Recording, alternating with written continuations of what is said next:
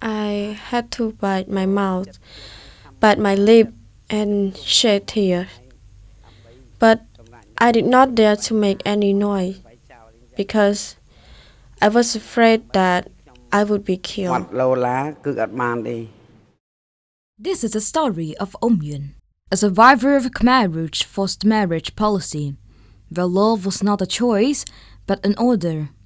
She agreed to marry only because those who refused were threatened, disappeared, or killed. Her consent was not freedom, it was fear.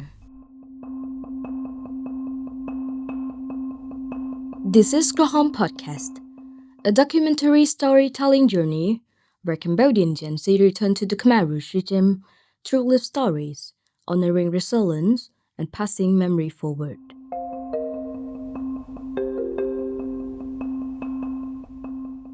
And this season, we retrace the Khmer Rouge common purpose, the so-called Great Leap Forward, to understand how it was designed, how it unfolded, and why it still matters today.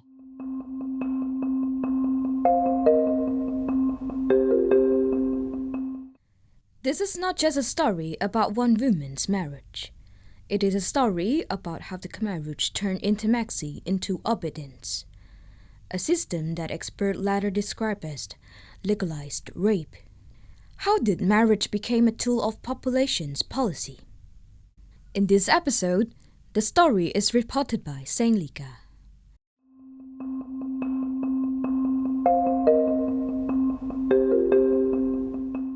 This episode discusses forced marriage and gender-based violence and may be emotionally challenging for some listeners. Please listen when you feel ready. ប្រទេសយើងជាប្រទេសតូចមានប្រជាជនតិចចំនួនប្រជាជនយើងជិត8លាននាក់នៅឆ្ងាយណាស់ពីលទ្ធភាពរបស់ប្រទេសយើងដែលត្រូវការមានជនកម្ពុជាជាង20លាននាក់ក្នុងកំឡុងជាង10ឆ្នាំខាងមុខនេះយើងគ្មានហេតុផលអ្វីធ្វើឲ្យចំនួនប្រជាជនយើងថយចុះឬនៅដដែលទេដូច្នេះទិសរបស់យើងគឺបង្កើនចំនួនប្រជាជនឲ្យបានឆាប់រហ័សបំផុត The message, attributed to the Khmer Rouge regime, encouraged people to have more children as part of the revolution. On a night in 1978, Yun stood in line with 12 other young women, heart racing. Across from them were 13 men, mostly strangers, some much older, some disabled, none chosen by anyone but local cadres of the Khmer Rouge regime. In that moment, she realized her marriage had been taken completely out of her hand. There were no parents present, no monk, no blessing, no music, only fear and the unknown. By then, her future husband had already been decided. He was a Khmer Rouge soldier from Kampong Thom province who had a disability in his right leg. In testimony before the extraordinary chamber in the Court of Cambodia, the ECCC, in 2016, Yun explained that the wedding was not about love or family, but about survival. I was terribly worried. I did not want to marry my husband. I did not like him. I was forced to get married, and I was so angry that I could not eat. Yun's story is more than a survivor personal tragedy. It reveals a wider system dictated by the Khmer Rouge common purpose. Regulation of marriage was designed to break traditional family, enforce obedience to Angkar, and repeatedly increase the population. Women, in particular, were married against their will, exposed to sexual violence, and lived under constant threat of punishment or death. At the core letter, recognized as crime against humanity. Yun, now 74 years old, was born in Taong village, Chomkala district, Kampong Cham province, into a modest farming family with 2 brothers and 2 sisters. Her early life was simple: rice field, family chore, village laughter, until the revolution reached her village. For a year before the fall of Phnom Penh, when the Khmer Rouge seized national power in 1975, the movement had already tightened its control in her community. She was evacuated to Kampong Thom, where she was assigned work as a medic, and later transferred again to the Tonle Sap region. Each relocation stripped away another layer of freedom and her identity, separating families, erasing community, and reducing individuals to labor units under Angkar authority. Every missed hour of work brought punishment. Every sign of weakness raised suspicion. But the greatest danger was not the exhaustion. It was being a young woman under Angkar.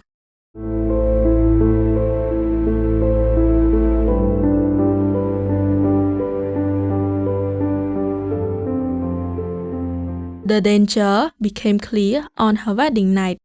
Yuen resisted her husband's attempt to force her into sexual intercourse. When her husband complained, instead of protecting her, one of the cadres raped and threatened to kill her if she cried out or told anyone. Yuen explained how she tried to protect herself from the further harm. Her voice shook at first, but it grew stronger as she spoke. About the fear, the forced wedding, the rape, the commander, and the constant threat. I had to bite my mouth, bite my lip, and shed tears. But I did not dare to make any noise because I was afraid that I would be killed.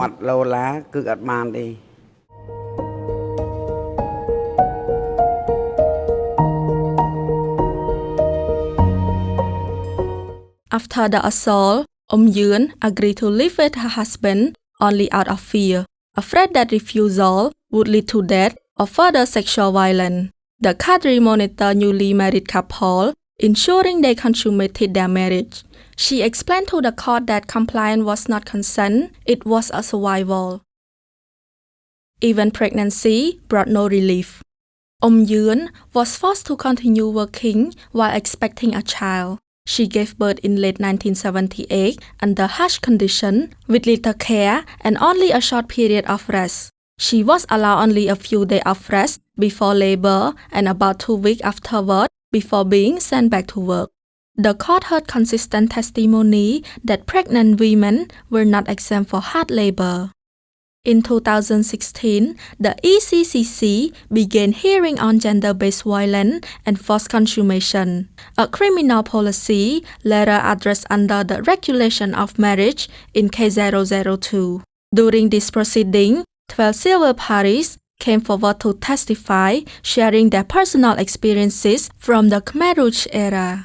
Other survivor testimony brought evidence that miscarriages occurred after months of overwork. Many pregnant women under the Khmer Rouge still had to work all day and night. They were not given extra food, medicine, or care, even though the regime claimed they were building the population for Angkar. Soi Narun was one of these women. She became pregnant through forced consummation with her assigned husband. But even then, she continued doing exhausting labor while receiving barely enough food to survive. Her health got worse. Later on, she caught malaria. There was no treatment available. Because of this, she lost her baby.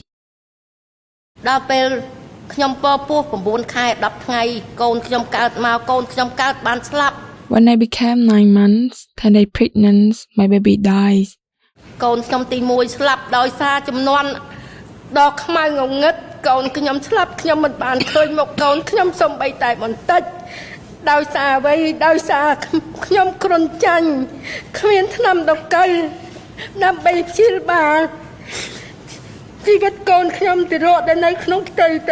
My baby died because I had malaria and I did not receive any medicine or medical treatment. មានតែសំថ្នាំគេឲ្យតែថ្នាំអាចទន្សាយយកមកលេបជីវិតកូនខ្ញុំកើតមកខ្ញុំមិនបានឃើញមុខកូនសូម្បីតែបន្តិច I asked them for medicine, but they gave me only a rapid pallet. After the fall of Khmer Rouge, Yuen returned to Kampong Thom with her husband. Her marriage remained abusive. They had 3 children, including the one born during the regime. Her husband died in 1983. For decades, Yuen remained silent, even within her own family. It was not until 2016 that she testified publicly about the gender-based violence and forced consummation endured in silence by thousands of women under the Khmer Rouge. I never told such a story to anyone, not even my blood siblings. This is the first day I spill it out. There were cruel people and innocent people. There were bad and good people. In K002/02, out of nearly 4,000 civil parties admitted by the court, 779 civil parties were victims of forced marriage.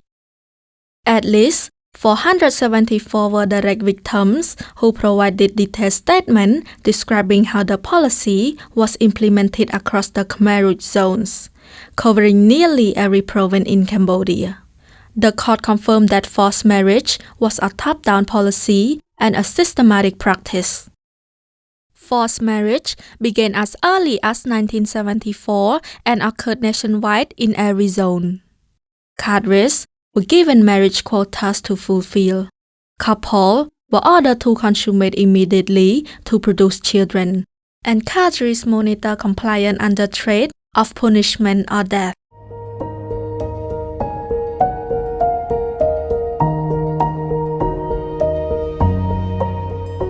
While Yuen's testimony shed light on the experiences of civilians forced into marriage, the regime regulation of marriage extended even to its own ranks. Chia Diep, a former Khmer Rouge soldier, testified at civil party about her forced marriage at age under 20, reflecting how the regime controlled not only civilians but also its own members. Chia Diep explained that under the Khmer Rouge moral rule, unauthorized romantic relationships were criminalized. Couples who expressed interest were separated. Only later, if Angka deemed them disciplined, did Angka arrange their marriage. Chia Diep was forced to marry after repeatedly refusing. Accused of having a boyfriend, she was punished and reassigned. She met her assigned husband for the first time on her wedding day, during a mass ceremony involving female soldiers and disabled men from the North Zone, the Khmer Rouge administrative and military zone. Chia Diep recalled crying almost daily after her marriage, haunted by emotional trauma that remain today. It was so painful. Every time I remember the wedding arranged by Angka with a man I did not like, my chest hurt.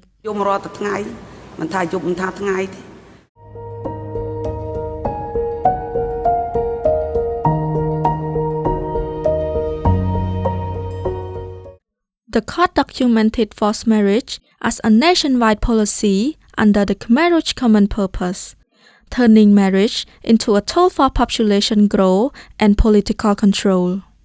Under this policy, marriage became an obligation to Angka to build and defend the country against its enemies.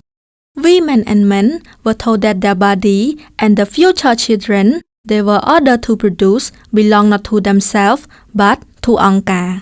At the court hearing, expert witness Kasumi Nakagawa testified that forced marriage and forced consummation were not isolated incidents but systematic tools of enforcement. Couples refusing consummation face punishment and surveillance. Experts describe the practice as authorized sexual violence, often referred to as legalized rape. But during the Khmer Rouge time, the newly married couple should have had sex consummate the marriage. And by failing to do so was a crime. So in order to avoid the punishment, either man or woman have to consummate the marriage, and that we understand as rape. But the Khmer Rouge authorized or forced a party to at least consummate a marriage.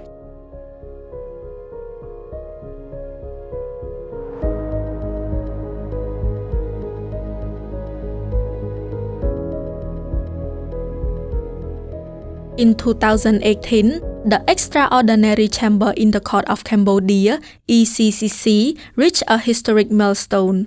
After years of investigations, hearings, and survivor testimonies, the court delivered its verdict in case 002/02. Nuon Chia, the regime deputy secretary, and Khieu Samphan, the former head of state, were convicted of crime against humanity, including forced marriage and rape. Both Nuon Chia and Khieu Samphan were sentenced to life imprisonment. អង្គជំរះប្រកាសថាជនជាប់ចោទនួនជាត្រូវបាននាំមកឃុំខ្លួន The chamber declares that Nuon Chia was taken into pre-trial detention on 19 September 2007 and that Khieu Samphan was taken into pre-trial detention on 19 November 2007 and that both accused have remained in detention until the delivery of the verdict and sentence on 7 August 2014. This judgment is publicly pronounced in the ECCC main court room on 7 August 2014 and is appealable by the parties in accordance with the internal rule. According to expert Kasumi Nakagawa, men also suffer greatly when they were forced to commit sexual acts against their wives under threat of punishment.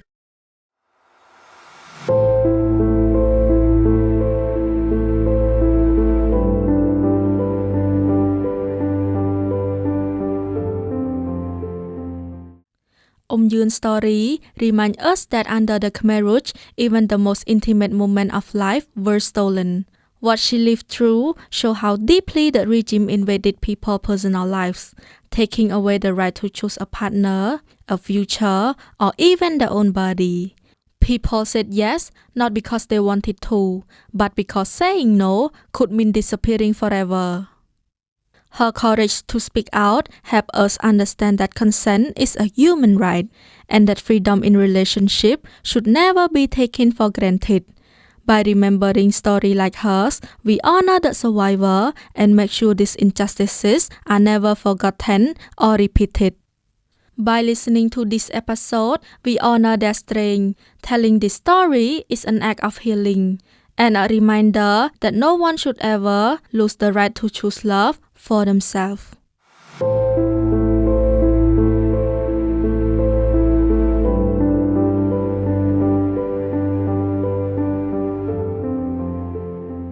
We hope our listeners now have a deeper understanding of this chapter in history. To close this episode, let us listen to the echoes of those who were silent, carried their stories with us, and let their courage guide us, so that fear and hatred never shape the future again.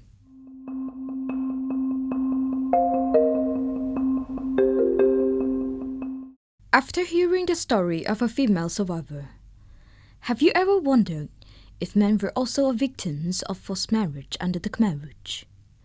Stay tuned for the next episode, which will explore the experience of men who were forced into marriage.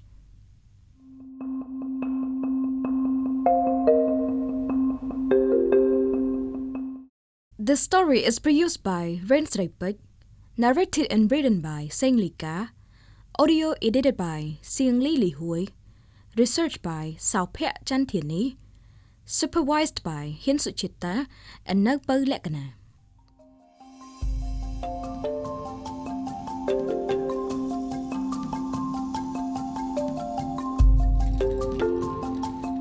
Krahaam Podcast is the product of a final assignment submitted for the broadcast journalism and podcast production at the Department of Media and Communications of the Royal University of Phnom Penh. Thanks to the ECCC Resource Center for extensive support through the research of the Judicial Archive.